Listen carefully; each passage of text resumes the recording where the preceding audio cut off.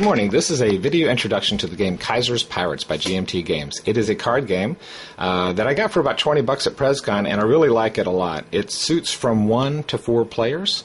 I think it suits 2 pretty well, and we played 4, and that was a lot of fun.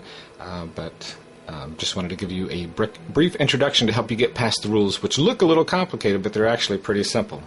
The object of the game is for the British, or the Allies, to attack the German players on their side, and then the Germans on my side will attack their British on their side. There are 3 British cards in the front and 3 German cards in the back. In the standard rule set, all 3 are hidden until they are revealed through the use of cards, but for this example, I'm going to use the tournament rules, which makes the game a lot faster, which from what I understand is a lot better. We're going to have all the warships. We go through the deck and pre-select a warship that is even in points with the other side there, and we'll have these warships automatically exposed, and this lets the British players immediately be able to attack this unit here and give him basically some bait to go after.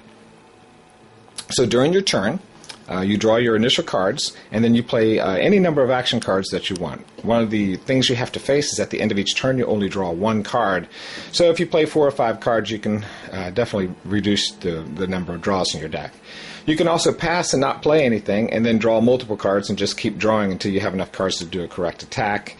But one of the key concepts here is, again, the British on your side is attacking the German on their side, and then the German on this side. I know I've said that before, but I just wanted to make sure that's clear. That seems like it can be a little confusing with all the cards and everything on the board, but just to make sure it's clear.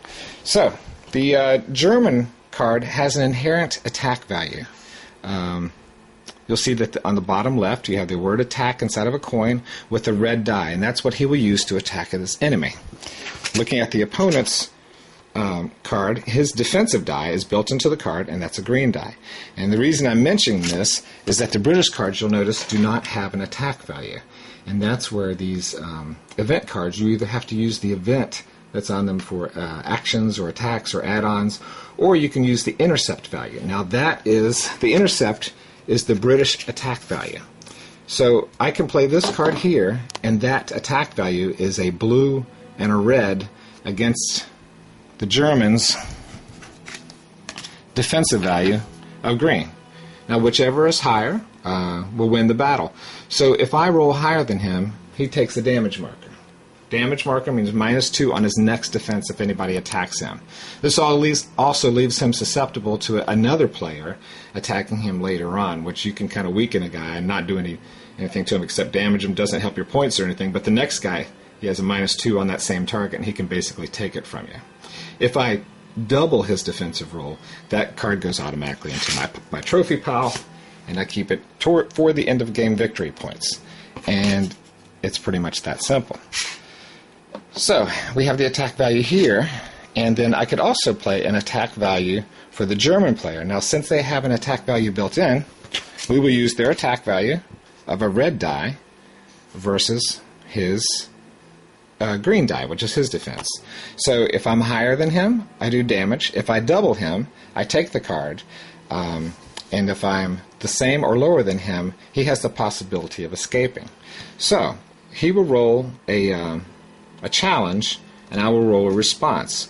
He rolls the white die, and I roll the green, and if he rolls higher than me, he gets to escape into his own pile. So your opponent, when you're attacking a unit, and your opponent has the possibility, and you'll notice it's a lower possibility of escaping and going to his own award pile, and he'll put that in his victory points towards the game, and then you won't be able to have anybody to shoot at because you lost points on that one. He will draw another card to bring his 3 merchant ships back up to 3.